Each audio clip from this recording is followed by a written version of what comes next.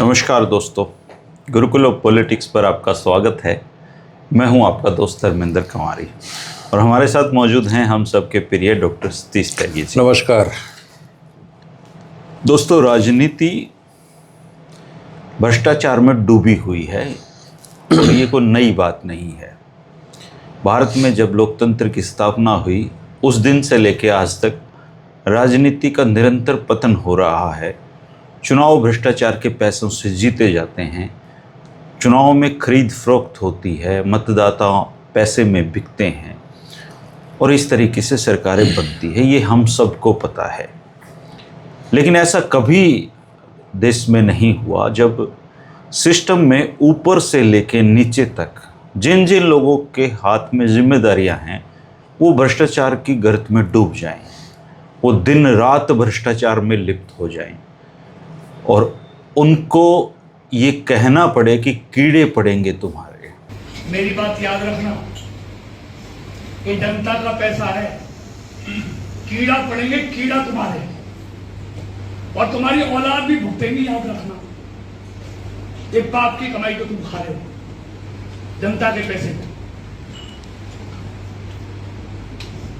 नगर निगम को लूट का अड्डा बना दिया इंजीनियरिंग में। हर चीज में पैसा चाहिए तुमको। ऊपर वाला देख रहा है, तुम्हारी औलाद भुगतेंगे, तुम तो भुगतोगे। बात ये नहीं है कि हरियाणा के फरीदाबाद नगर निगम में क्या हो रहा है, बात ये भी नहीं है कि दूसरे हिस्सों में कितना भ्रष्टाचार हो रहा है।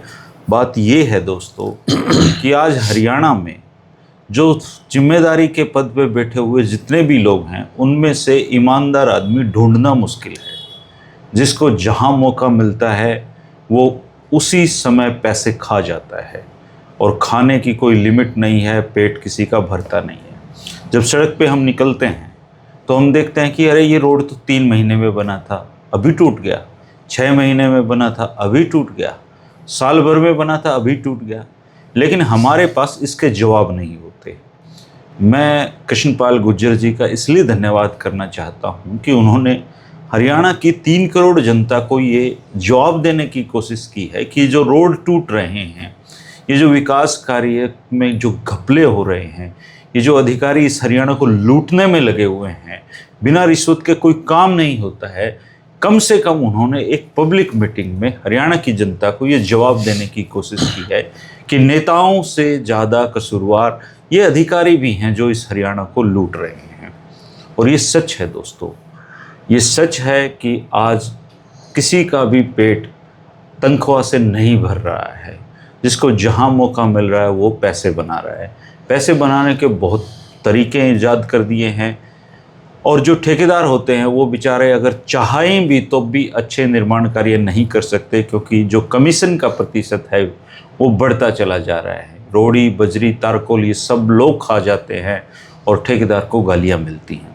अभी एक खबर राजस्थान की आई हुई थी, कुछ अधिकारियों ने मिलकर ज़मीनें खरीदी और फिर वहीं से बाईपास निकाल दिया और उनकी ज़मीनों के रेट करोड़ों में हो गए। ये हरियाणा में भी हो रहा है। हरियाणा में भारतीय जनता पार्टी के नेता बिल्डिंग बनाने में, कॉलोनियाँ काटने में, मुनाफा कमाने में व्यस्त हैं, इसलिए उनको दूसरी रिश्वत की ज़रूरत नहीं है। लेकिन कॉलोनी काट काट के हरियाणा के बीजेपी के नेता करोड़ों रुपए कमाने में लगे हुए हैं, लेकिन कोई इस भ्रष्टाचार पे नहीं बोलता। अब रही अधिकारियों की बात, तो अगर नेता भ्रष्टाचार कर रहा है तो अधिकारी भी कर रहे हैं और कृष्णपाल गुर्जर को भरी मीटिंग में उनको ये कहना पड़ रहा है कि भगवान देख रहा है तुम्हारे कीड़े पड़ेंगे। अब रही भगवान की बात, तो मुझे लगता है कि भगवान भारत से पलायन कर चुके हैं, क्योंकि इतनी गंदगी में, इतने भ्रष्टाचारियों में भगवान का क्या काम है। भगवान का डर लोगों के अंदर से निकल गया है और अक्सर भ्रष्टाचारी लोग भंडारों में, जगरातों में मैंने दान करते हुए देखे हैं, शायद इस डर से कि जो पाप वो कर रहे हैं उसमें से कुछ कटौती हो जाएगी, कुछ कमी बेसी हो जाएगी। लेकिन भगवान है या नहीं ये प्रश्न नहीं है दोस्तों। प्रश्न ये है कि हरियाणा जैसा खूबसूरत प्रदेश आज यहाँ भ्रष्टाचार का इतना बोलबाला हो चुका है और ये कम होने की जगह बढ़ता ही जा रहा है, तो हम तरक्की करेंगे कैसे? ये हरियाणा का क्या हाल होगा, हमारे देश का क्या हाल होगा, ये सवाल हमें डराएगा। क्योंकि मुझे ऐसा लगता है कि अब तो भगवान भी हमारा रखवाला नहीं है। अब इस पे क्या कहेंगे, ज़रूर अपने विचार रखना। डॉक्टर साहब, हम कई बार इस बारे में बात कर चुके हैं, बहुत बार, लेकिन पहले कहते हैं कि ये चर्चाएं होती थी कि फलाना आदमी बेईमान है। अब ये चर्चाएं होती हैं कि फलाना आदमी ईमानदार है। छोटे से छोटे पद से लेके बड़े से बड़े पद तक अब ईमानदार आदमी ढूंढना मुश्किल हो गया है। तो ऐसे में अगर नेता भरी मीटिंग में अधिकारियों को ये कहे कि भगवान से तो डर लो, मेरे घर का रोड 10 साल हो गए बने हुए, वो नहीं टूटा है, और 4 महीने पहले बना हुआ रोड टूट रहा है, तुम्हारे कीड़े पड़ेंगे। तो कीड़े और भगवान से क्या ये जो भ्रष्ट लोग हैं ये डर जाएंगे, या इन पे कोई असर हो सकता है? इस तरह की दुहाई दें, इस तरह की अपील उनसे करें तो। देखिए, आपने जिस समस्या की ओर इंगित किया है वो आज की समस्या तो है नहीं, और हर व्यवस्था में, हर शासन व्यवस्था में भ्रष्टाचार होता ही है। आज़ादी से पहले भी था और उसके बाद भी है। पहले क्या होता था, जो हमारे राष्ट्रीय आंदोलन से निकले हुए नेता थे, जब उन्होंने सत्ता संभाली तो वो क्या करते थे कि अपनी पार्टियों के चुनावी खर्चे निकालने के लिए, पार्टियों को चलाने के लिए पैसा लेते थे, खुलेआम लेते थे, कोई दिक्कत नहीं थी उससे। और उस पैसे को अपने व्यक्तिगत प्रयोग में कभी नहीं लाते थे, चुनाव में लगा। ऐसे बहुत उदाहरण आपको मिल जाएंगे। हरियाणा में पंडित भगवत दयाल शर्मा के बारे में मशहूर है कि वो कलकत्ता जाते थे और जो हरियाणा मूल के व्यापारी वहाँ थे कलकत्ता में, उनसे धन संग्रह करते थे, लेकिन उस पैसे का इस्तेमाल उन्होंने कभी अपने लिए नहीं करा। चुनाव के लिए होता था। जैसे उस समय में जीप चलती थी बहुत, तो विधायक का चुनाव लड़ रहा है, व्यक्ति आता था कैंडिडेट की, पंडित जी मुझे 2 जीप दे दो, मुझे 1 जीप दे दो, तो अब पार्टी के पास कहाँ से पैसा आएगा? तो जैसे आज ये कहते हैं ना कि भाई सरकारी फंडिंग होनी चाहिए, तो उसका एक विकल्प उस समय ये तलाश रखा था कि जो धनपति लोग हैं, जो आर्थिक रूप से संपन्न लोग हैं, आप उनसे पैसा ले लो और उससे अपने चुनावी खर्चे पूरे करो। और देखिए, चुकाना तो इसका भी पड़ेगा, जिससे आप पैसे ले रहे हैं उसका कुछ ना कुछ तो लाभ आपको करना पड़ेगा। तो उस समय में कोटा, लाइसेंस और ये सारी प्रणाली थी, लाइसेंस कोटा वाली, तो उनको वहाँ ओबलाइज कर दिया जाता था। इतना ही नहीं, जिन लोगों ने बड़े पैमाने पे पार्टियों की मदद की, पार्टी क्या उस समय कांग्रेस पार्टी ही थी, तो उनको राज्यसभा में भेजने का भी काम किया गया है। ये उदाहरण हमारे इतिहास में मौजूद हैं। धीरे धीरे ये होने लगा कि जो पैसा आया उसको लोग अपने व्यक्तिगत इस्तेमाल के लिए प्रयोग करने लगे, और जिन्होंने भी पर्सनल यूज में वो पैसा इस्तेमाल किया, उस जमाने की बात बता रहा हूँ मैं, तो वो पैसा दिख जाता था। वो ऐसा दौर था ना कि भाई आए हैं, बहुत आर्थिक पृष्ठभूमि बहुत अच्छी नहीं है, और जब वो पैसा आ गया तो एक जीवन में लग्जरी आ गई, एक तरह की विलासिता आ गई, और वो दिखने लगता था। तो हर जैसे जैसे सरकार, मतलब देश तरक्की कर रहा है, दौर आगे बढ़ रहा है, वैसे ही हर सरकार ने उस समय की परिस्थितियों के अनुसार भ्रष्टाचार के नए नए उपाय शुरू किए। और आज ये स्थिति हो रही कि जब भी कोई नई सरकार आती तो पुराने वाले जो भ्रष्टाचार के तौर तरीके हैं उनको वो आम तौर पर इस्तेमाल नहीं करती। वो कहता अब नए तरीके हो, नए तरीके पे हो। तो पहले जो अपॉइंटमेंट वगैरह में होते थे, नौकरी ट्रांसफ़र के होते थे, वो चीज़ें नहीं रही। अब लंबे चौड़े जो विकास कार्य होते हैं और सरकार के जो इतने लंबे चौड़े प्रोजेक्ट होते हैं, उसके थ्रू करप्शन सारा का सारा चलता है। और जैसे जैसे कोई आर्थिक व्यवस्था का विस्तार होता है, वैसे वैसे भ्रष्टाचार की सीमाएं भी, उनके आकार भी बढ़ते रहते हैं। एक बार इंदिरा जी से किसी ने पूछा था यही भ्रष्टाचार के बारे में कि ये भ्रष्टाचार हो गया, तो उन्होंने बड़ा नेचुरल सा आंसर दिया, बोला कि ये डेवलपिंग इकॉनमी के साथ में ना ये एक नेचुरली होता है। अच्छा। उसका इसमें कुछ नहीं कर सकते आप। ये उसका एक उन्होंने कहा कि ये साइड इफ़ेक्ट मान के चलो, और इसको ख़त्म नहीं किया जा सकता, मतलब ये कुछ हद पर रहेगा, कुछ हद तक।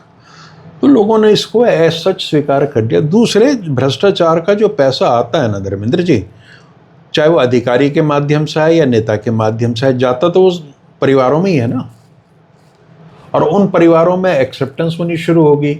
जैसे जैसे सरकारी कर्मचारियों की संख्या लगातार बढ़ती जा रही है और पैसा उनके माध्यम से आ रहा है, तनख्वाह से अतिरिक्त जो पैसा आ रहा है, तनख्वाह में तो सर किसी का भी नहीं काम चलता, नहीं चलता ना।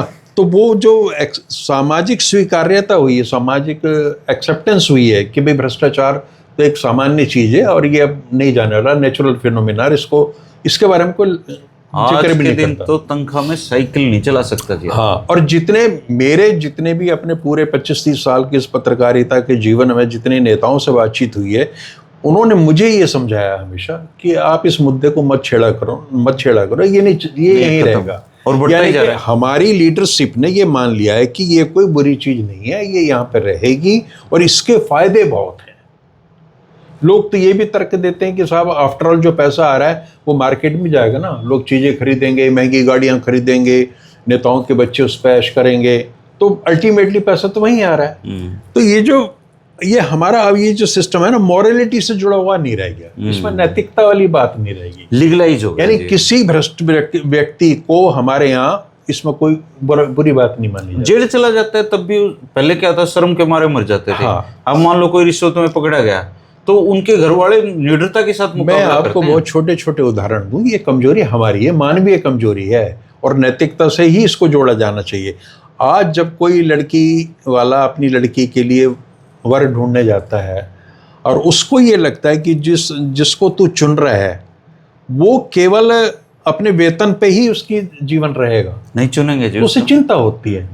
तो वो ये देखते हैं कि अगर वो टैक्सेशन डिपार्टमेंट में बेटा उनका है, मतलब जीएसटी में है, इनकम टैक्स में है, तो हाँ। उसको ज्यादा बोली लगती है। आप देख रहे हो ना, तो ये चीजें होंगी। मान लिया किसी टीचर का ही उन्होंने करना, तो हिंदी का अध्यापक है, उसके पास तो ट्यूशन भी नहीं होते, हाँ। क्या दे देगा वो, नहीं होगा।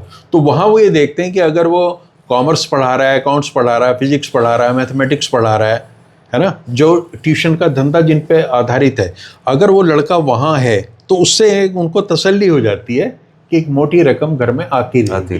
तो ये जो सोशल एक्सेप्टेंस है ये बहुत ज़्यादा हो गई है। तो अब इसको भ्रष्टाचार को कोई बुरी चीज़ मानता नहीं, और ना ही कोई अपने बच्चों को ये प्रेरणा देता।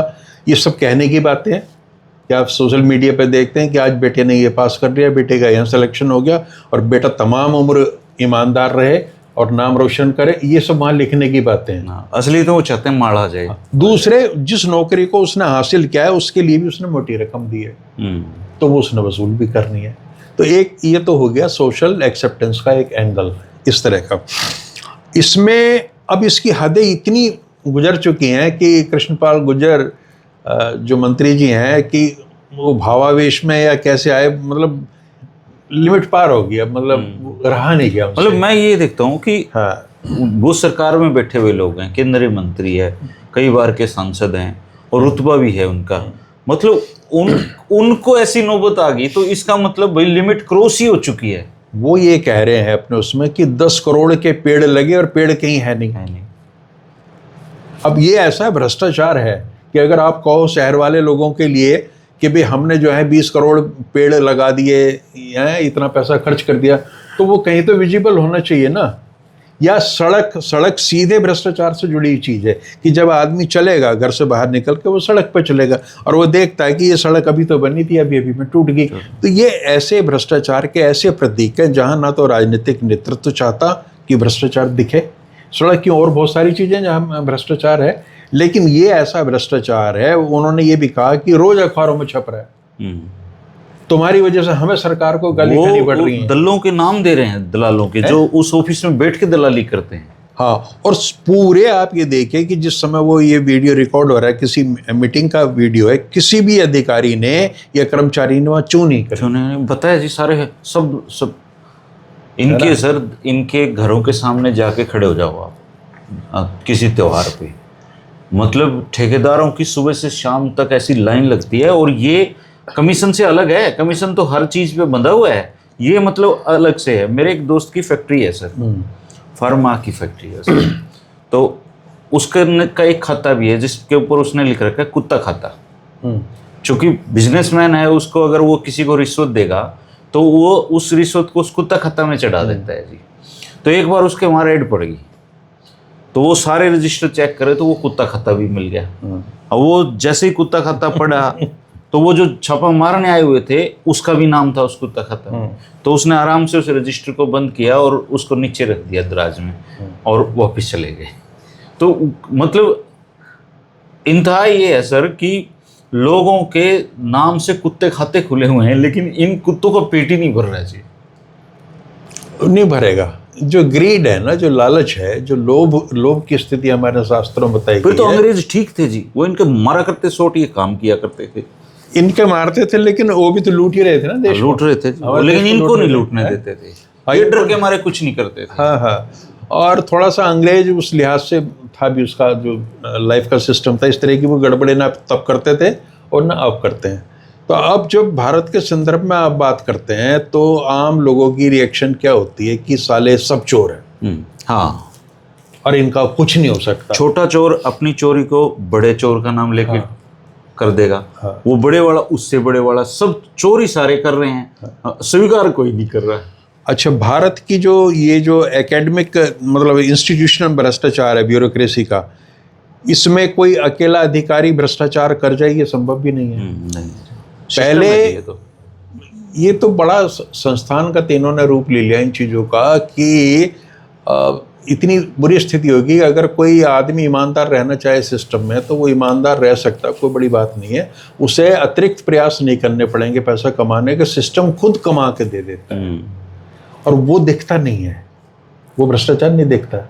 यानी एक अधिकारी जो बैठा है अपनी कुर्सी पे और उसको तनख्वाह से अतिरिक्त 2 लाख रुपए या 3 लाख रुपए महीने की आमदनी हो रही है, तो उसे एडिशनल एफर्ट्स करने की जरूरत नहीं, वो आराम से होती रहेगी, दिखेगा नहीं किसी को। जैसे वो इससे बाहर जाएगा तब फिर खतरे पैदा हो जाएंगे। ये पकड़वाता कौन है?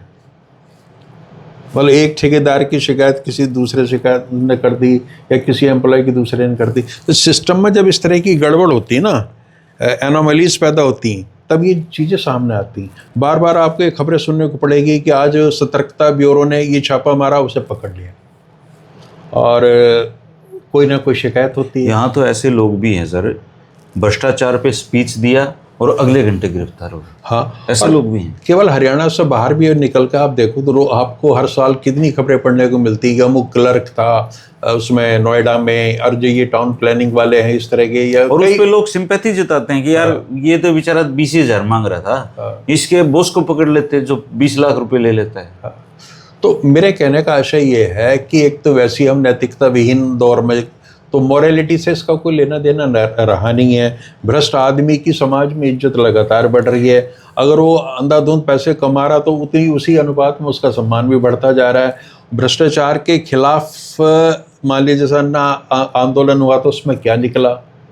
कुछ नहीं निकला। लेकिन सर तो चीजें बहुत कॉम्प्लिकेटेड हो जाती है जब कोई आदमी ये कहे कि भ्रष्टाचारी मेरा ताप सहन नहीं कर सकते, भ्रष्टाचार पे हमारी 0 टॉलरेंस नीति है, तब दिक्कत होती है सर। कांग्रेस की तरह खाओ खाने दो वाला मामला घोषित रूप से हो तो चलता है, लेकिन ये तो खुद को ईमानदार बताते हैं। देखिए अब ना इनकी ईमानदारी पे तो अब लोग ज़्यादा मानते भी नहीं, और बल्कि जो इनके जो अंधभक्त हैं वो अब क्या है, किसी भी उदाहरण को आप रखोगे गलत काम का या भ्रष्टाचार का, तो वो इतिहास में से ढूंढ के उन पार्टियों का इतिहास लाएंगे कि उन्होंने भी तो किया था, उन्होंने भी तो किया था। इसका मतलब ये है कि जब आप इस तरह के तर्क लाते हो तो आप ये मान लेते हो कि हम लोगों ने ये किया है, हमने ये पाप किया है, लेकिन हमने इसलिए किया है, सिर्फ हमसे सवाल मत पूछो, इससे पहले भी हुआ था। अब उनसे तो सवाल पूछने कौन जाए, वो तो उस समय है नहीं। तुमसे सवाल इसलिए भी पूछा जा रहा है कि तुमने बड़ी डींगे मारी थी कि हम तो बहुत ईमानदार हैं, बहुत ईमानदार हैं।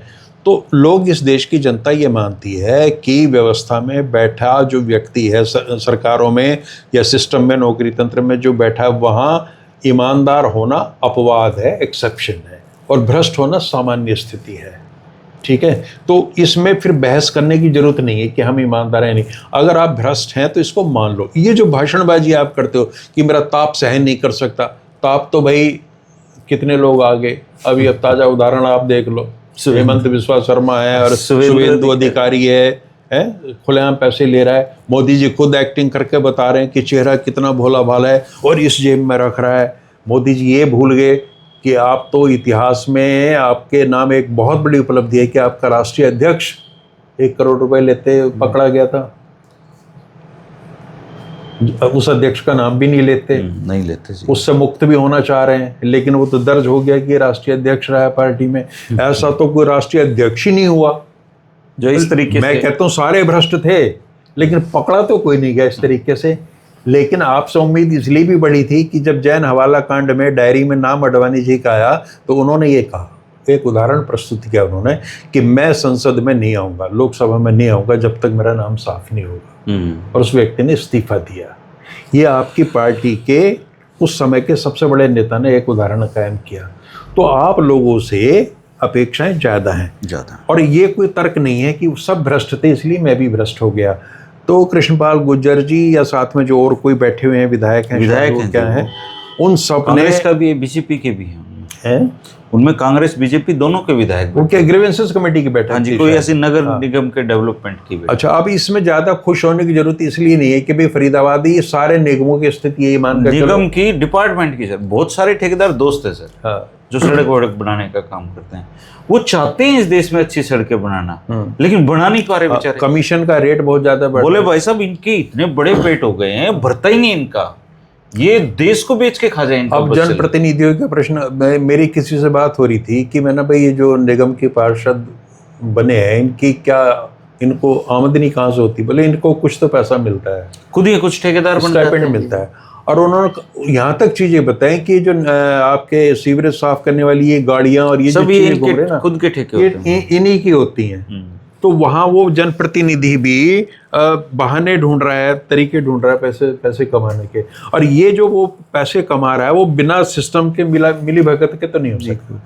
तो कहीं ना कहीं निगम के अधिकारी या जो और सरकारी कर्मचारी हैं उनकी मिली भगत के बिना ये काम नहीं हो सकता। और जैसा आपने कहा कि भाई इतना समाज में वो हो गया है, जरूरत इतनी बढ़ गई है कि वेतन से काम चल ही नहीं रहा। तो अब कहीं सरकार को ये सोचना चाहिए कि इसका रेमेडी क्या है, क्योंकि इसको ऐसे तो छोड़ नहीं सकते आप। पता नहीं क्या रेमेडी है सर। चलो मान लिया, कई बार समाज ये मान लेता है कि हो गया। अब उसके बाद में सरकारों का ये दायित्व बनता है कि वो इस तरह की प्रणाली पैदा करें कि करप्शन की चांसेस कम हो। ऐसे भी लोग हैं सर, जैसे पकड़ा गया ना 6 महीने बाद फिर दोबारा पकड़ा गया, ऐसे भी लोग हैं। तो अब ये देखिए ना, जैसे आपने इसमें होती थी तत्काल की सेवाएं शुरू करी, आपने एडिशनल पैसे लिए और उसको वो दे दिया। ये है भ्रष्टाचार को लीगलाइज करने का प्रोसीजर। तो या तो सरकारों को अब ये सोचना चाहिए कि कौन सी ऐसी सर्विसेज हैं जिन्हें हम लीगलाइज कर सकते हैं। उनमें भी ढूंढ लेते हैं जी ये लोग, वहाँ भी ढूंढ लेते हैं। देखिए ये प्रोसेस तो चलेगा हमेशा, आजीवन, जब तक मनुष्य है वो यहाँ रहेगा। ईमानदारी पे कोई है ना, अब ईमानदार आदमी को मूर्ख समझते हैं सर, घर के लोग मूर्ख समझते हैं। इस देश में क्या होगा पता करते हैं, वो तो कहते हैं कि जो चली में ना चलाए बेवकूफ़ है। हाँ। और क्यों नहीं कर रहा है, ऐसे कई बार हमने उदाहरण देख के बात भी करी तो है। ये देश मुल्क तरक्की करेगा कैसे? अब इसका देखिए, या तो ये मान लो, जैसे मैं ये मान के चल रहा हूँ कि फिलहाल इसका 100-150 साल तो कोई हल है नहीं, ये चलेगा 100-150। अब चूंकि चलेगा तो इस इकोनॉमी की जो काला धन इसका हम कैसे ऐसे इस्तेमाल करें कि ये लोगों के पास ना रहे। और जो हमारी धारणा है पहले कि लक्ष्मी चंचल होती, तो वो स्थिर होकर ना बैठे और मार्केट में आ जाए, किसी तरीके से फ्लो में आ जाए। तो यही इसका तरीका है। अच्छा सर, ये एक बात और बताओ आप, ये जो भ्रष्टाचारी लोग हैं जो खूब दान धर्म करते हैं, बाबाओं के चरणों में गिरे रहते हैं, ज्योतिषाचार्यों के पास जाते हैं, ये फिर ऐसे करने की क्या जरूरत है इनको? जब इनके पास खूब सारा पैसा है तो फिर ये मतलब जगरातों में, भंडारों में सनातन की रक्षा करने वाले भ्रष्टाचारी, ये मतलब क्या नौबत आ गई? क्यों कर रहे हैं? डर वो कहीं ना दिमाग में ये भी मान के चलते हैं कि हम कर तो रहे हैं बदमाशी, गलत काम है, पाप है। अब पाप, जहाँ पाप करने जैसी भावना आती है ना, अब हमारे यहाँ पूरी व्यवस्था है कि भगवान को भी अपना हिस्सेदार बना लो। हमने क्या कहा कि आप पाप करो, गंगा स्नान करो। पाप का गंगा स्नान का सीधा संबंध है, वहाँ पाप करने को कोई मना नहीं कर रहा। आप कर सकते हैं चाहे जितने करें, लेकिन जाके अपने गंगा स्नान कराएं या धर्म में लगा दें। उनको ये भी पता ना कि जो पैसे की 3 गतियाँ उन्होंने बताई हैं कि या तो आप उससे अय्याशी कर लो, यूज़ कर लो उसको, या उसका दान कर दो।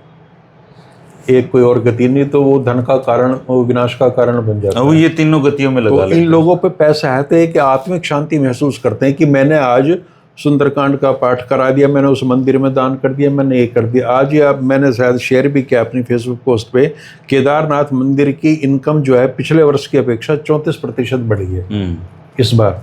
तो जैसे कंपनियों के नतीजे आते हैं ना, ऐसे इनके भी आते हैं जी, क्वार्टरली आया करेंगे। आप ये देखो, अभी तो 1 वर्ष का आ रहा है कि अभी सोने पे जैसे मोदी जी कह रहे थे, चूंकि हम चलो सनातनी चर्चा में रहता है आजकल, देश के मंदिरों में करोड़ों टन सोना पड़ा है।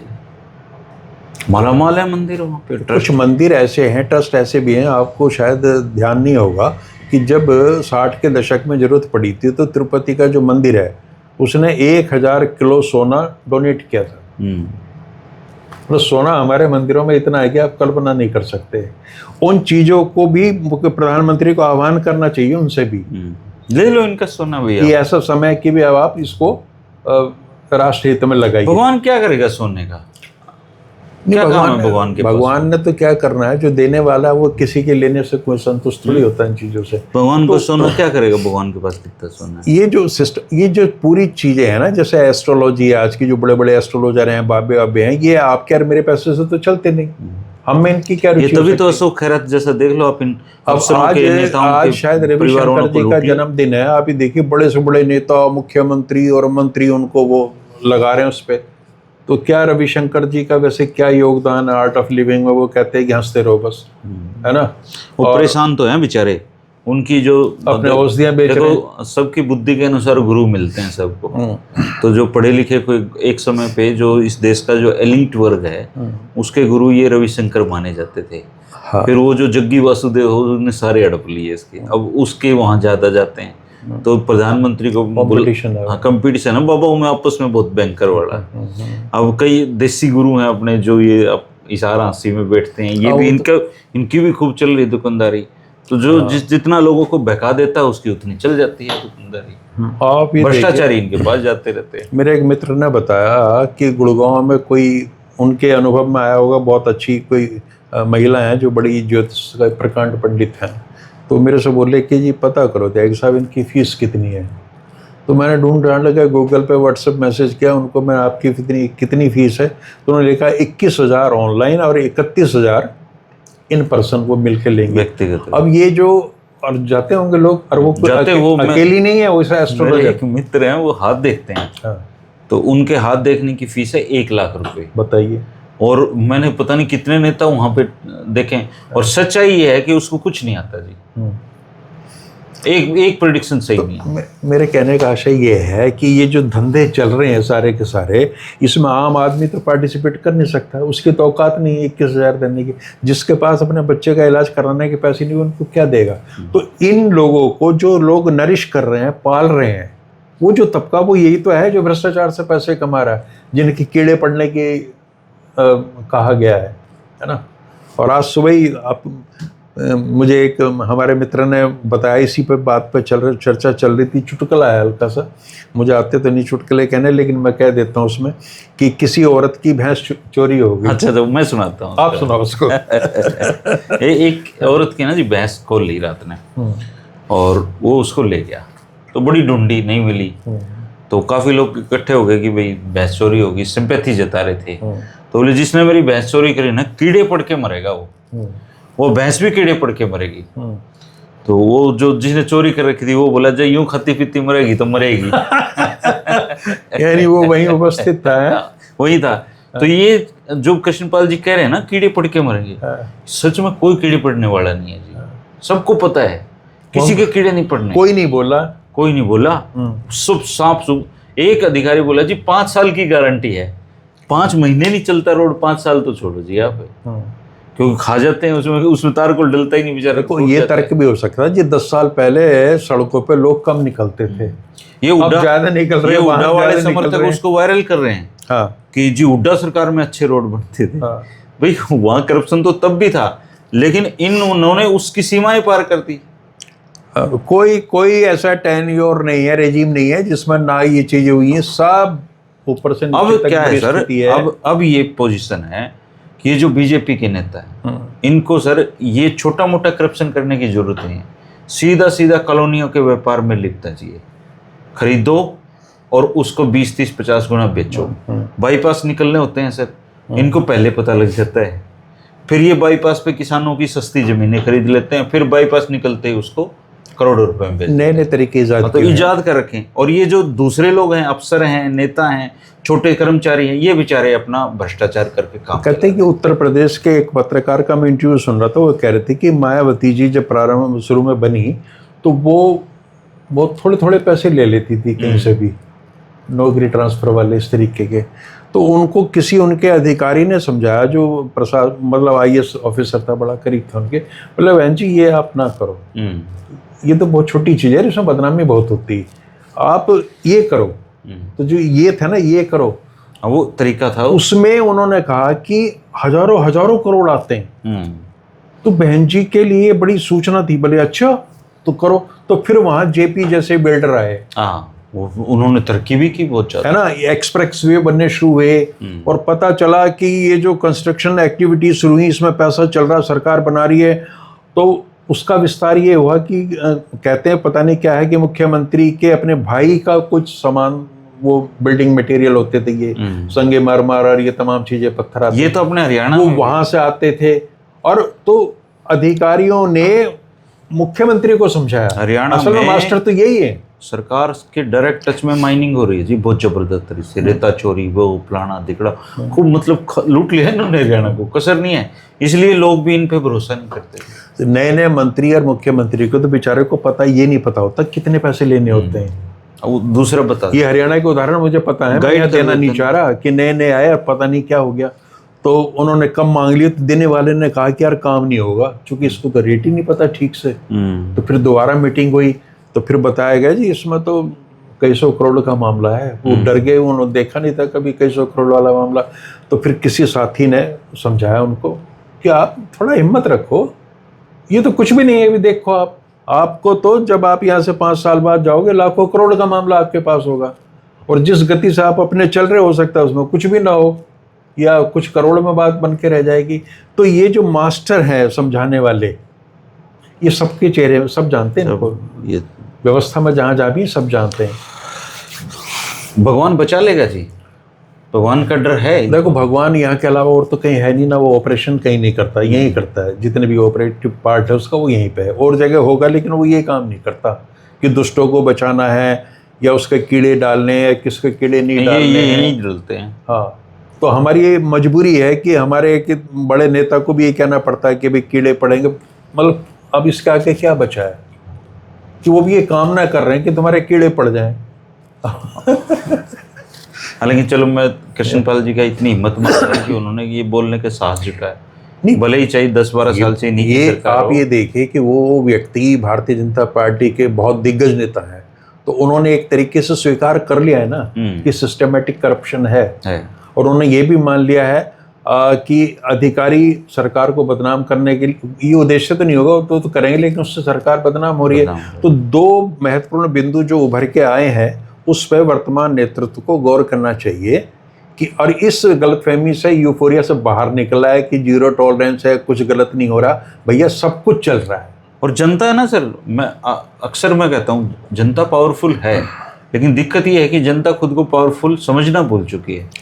उकलाना में सर इन लोगों को सजा दी है लोगों ने, वहाँ पे बीजेपी ने पूरा जोर लगा लिया, लेकिन वहाँ एक निर्दलीय कैंडिडेट रीमा सोनी है, उसको जिता दिया सर लोगों ने अध्यक्ष के रूप में।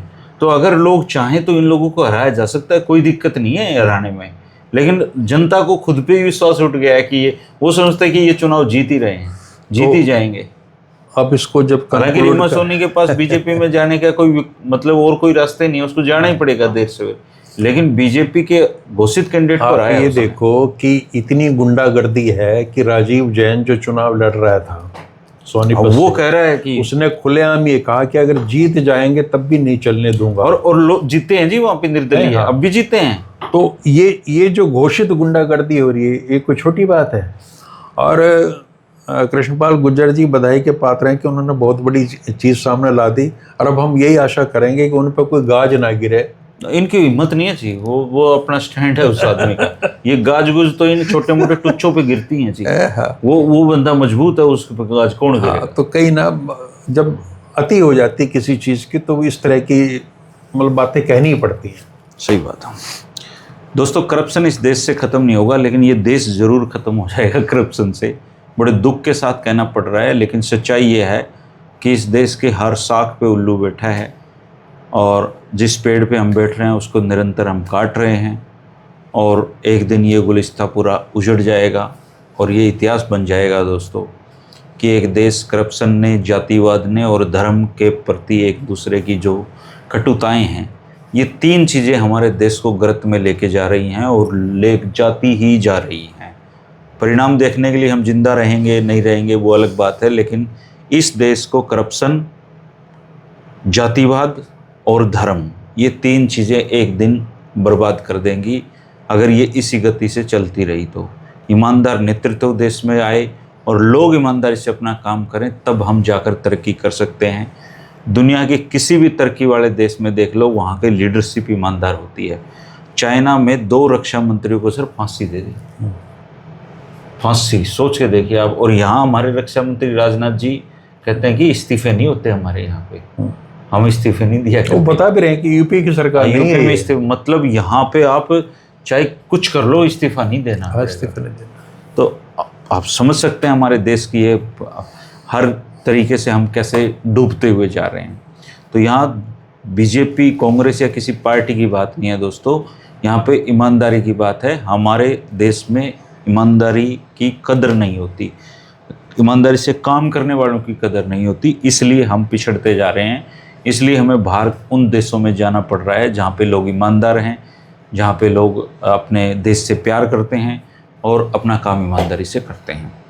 तो इतना कर दीजिए बस, ईमानदार लोगों की इज्जत करना शुरू कर देंगे अगर हम, तो उन्हें प्रोत्साहन मिलेगा और ईमानदारी की अपनी एक वैल्यू होती है। आप इस बारे में अपने विचार जरूर रखना, क्योंकि साझी समझ हमेशा इंडिविजुअल समझ से बड़ी होती है। शुक्रिया आपका। नमस्कार। नमस्कार।